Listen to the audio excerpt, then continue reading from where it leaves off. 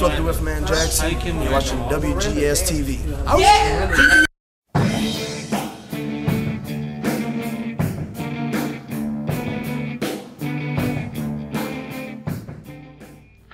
Welcome to another installment of WGS-TV right here on YouTube.com/WrestleGamer and ZFX-TV. I'm WB Billy Boudreaux, and this is going to be my Friday Night Smackdown review for the week of August 24th, 2012. On a very quick note, first I'd like to wish my brothers Dustin and Justin a very happy birthday, as it is their birthday today.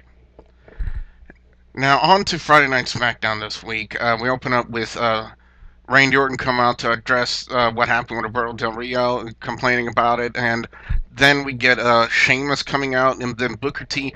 This is basically a whole big setup for what was going to be the main event for the tonight on SmackDown, which was going to be Roberto Del Rio versus Randy Orton with the #1 contendership on the line.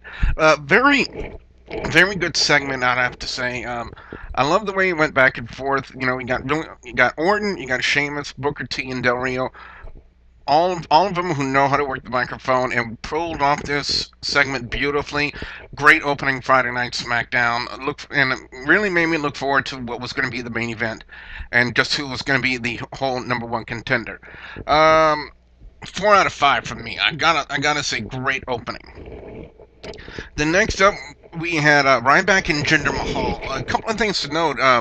One, old pink eye. His pink eye is getting better, and it only took him about 4 weeks to get rid of his pink eye. I don't know what the whole situation is with Ryback and his left eye, but you know, seriously, WWE, get him checked out. He was taking on Jinder Mahal. This is basically match number 3. If you guys remember the first 2 matches, match number 1, Jinder Mahal ran away, and match number 2, Jinder Mahal got disqualified.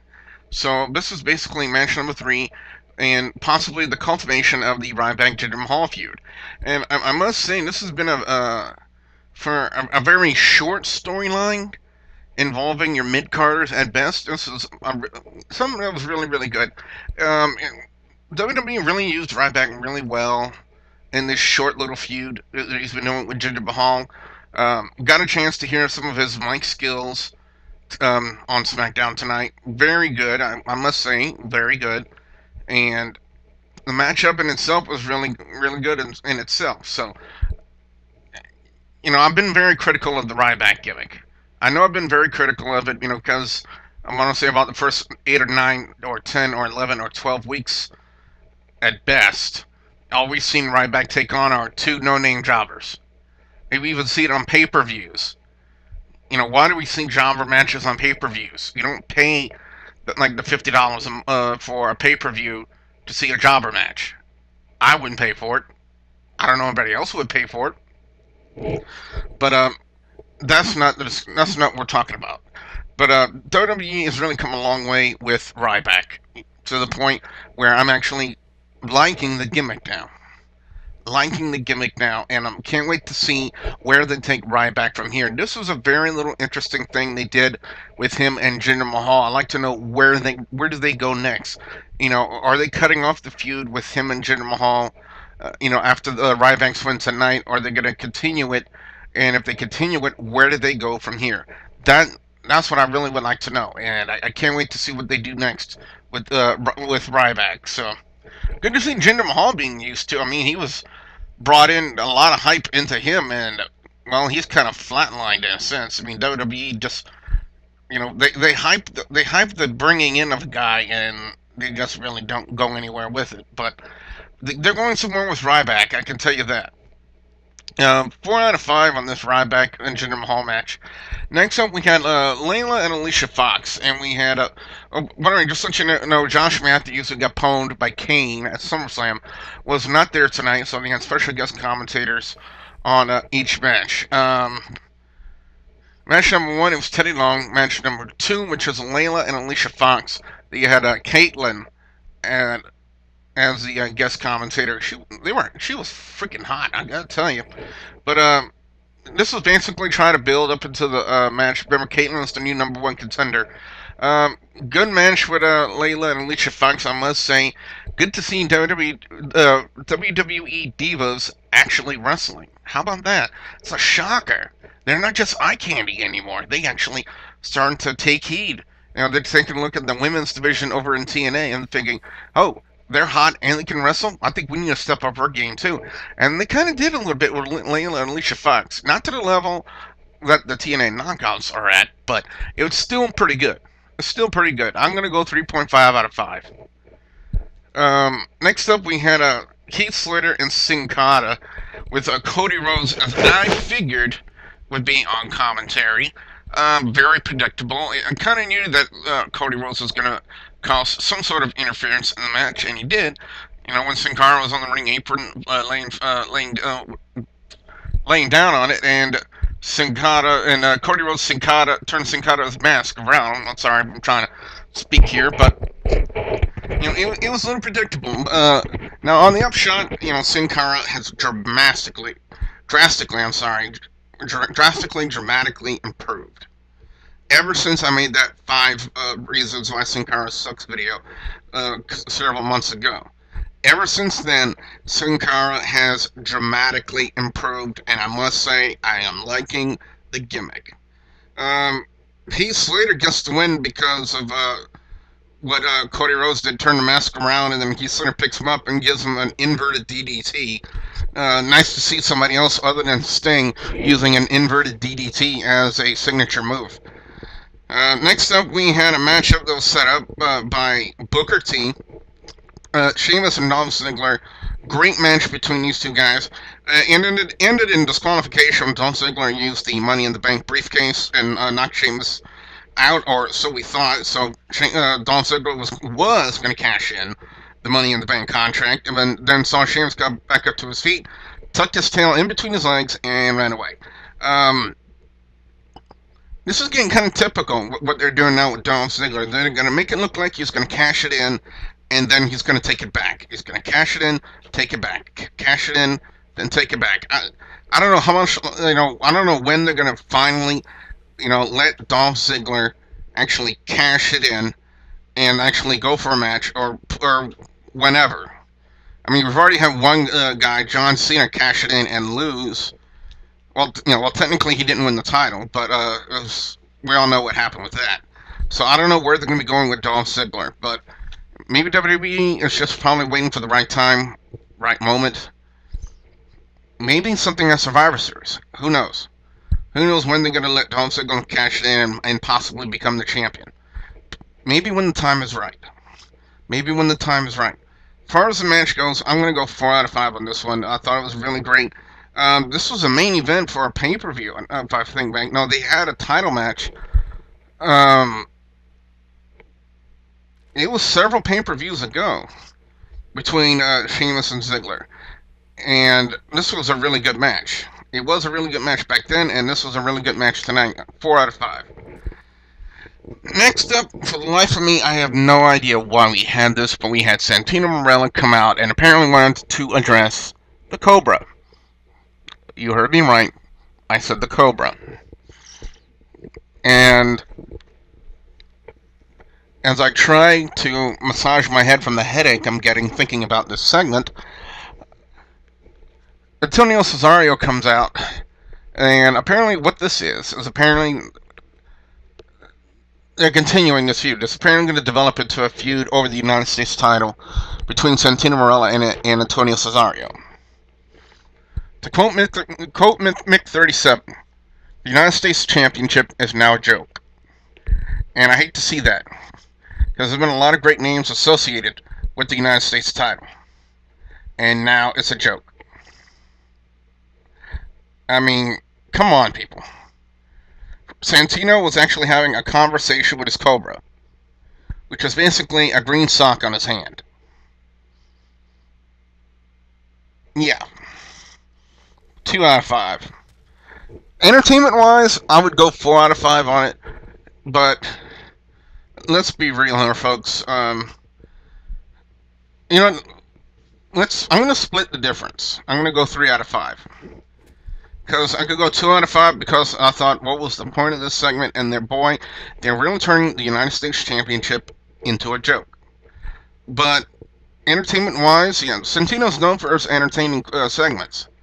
And yeah, it was an entertaining segment to see, Santino actually addressing the Cobra about his issues with Oksana. And don't get me wrong, Oksana's hot. And I dare anyone to disagree with me on that. Oksana is hot.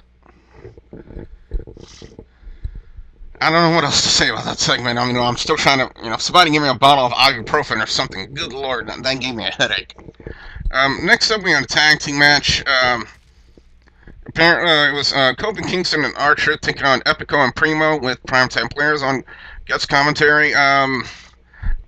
Michael Cole, all I'm going to say about Michael Cole is, Michael Cole, you are an embarrassment to white people. The reason why I say that is because Michael Cole was trying to do the millions and millions of dollars dance with the primetime players, which was just utterly just horrible. And then Titus O'Neil has like some sort of a move he calls the dog, where he barks, and you actually have Michael Cole barking on commentary. Yeah. That would be one thing you'll never hear on a GCW match. Me barking. I promise you that. That's why I say, Michael Cole, you are officially now an embarrassment to not only white people, but now you're also an embarrassment to commentators everywhere. You're an embarrassment to me, an embarrassment to Jim Ross, an embarrassment to Joey Styles. You're an embarrassment to Gordon Soley. You're an embarrassment to Tony Schiavone, Mike Tenay. Hell, you're even an embarrassment to Don West. How about that? Your dancing is atrocious, and you barked on commentary. Yeah, you officially sunk into a new low.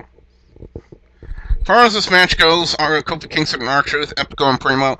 A couple of things to note. Rosa Mendoza is back. Nice to see her back, always. And a great match between these two guys. They really, kind of stepped it up in this match from that boring... Well, I don't want to call Santino's segment boring, but maybe pointless. Because, like I said already, they originally made the United States title a joke. But now we're on this tag match. I thought it was a good tag match, to be honest with you.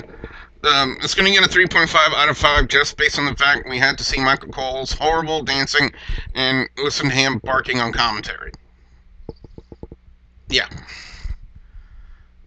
Then next up, the main event for the #1 contendership to the World Heavyweight title, Alberto Del Rio and Randy Orton with Sheamus on commentary. Epic main event. Great match between Del Rio and Randy Orton. It really closed out the show real well. I kind of figured Del Rio was going to go over on Randy Orton, and they're going to keep the #1 contendership on him, because I believe they got a good thing going right now with Sheamus and Del Rio, and apparently they're going to pick it up at Night of Champions. Now, I don't know how much longer they're going to involve Randy Orton in this picture, because they kind of heavily involved him in this week's SmackDown, so I don't know how much longer they're going to be doing it. I don't know if they're going to, Randy's going to petition to get himself back into the matchup or not. Who knows? But then again, I don't know if it would benefit the WWE to have back-to-back pay-per-views with a triple threat match deciding a World Heavyweight Championship. I don't know if that would be a smart move. So I think right now, it's best to keep it at Alberto Del Rio and Sheamus. Overall score for main event score is going to get a 4.5 out of 5 from me. Overall score for SmackDown this week, I'm going to go 4 out of 5 on this one. Great opening with Randy Orton and Sheamus, Alberto Del Rio and Booker T. The Ryback match I actually enjoyed. They gotta go somewhere with Sin Cara and Cody Rhodes. Maybe a mask versus hair match at Night of Champions, who knows? But they gotta go somewhere. They gotta take it somewhere where the stipulation has to involve the mask, the unmasking.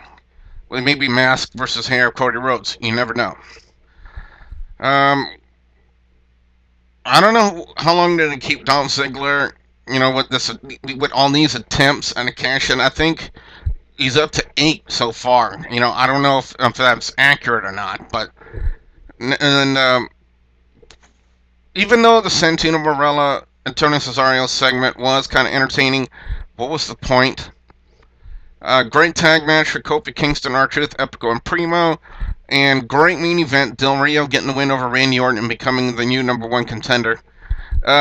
Key thing to note here, as Sheamus got shooed by Del Rio, and what I mean by that is Del Rio took off Ricardo Rodriguez's shoe and planted it right in the kisser of Sheamus.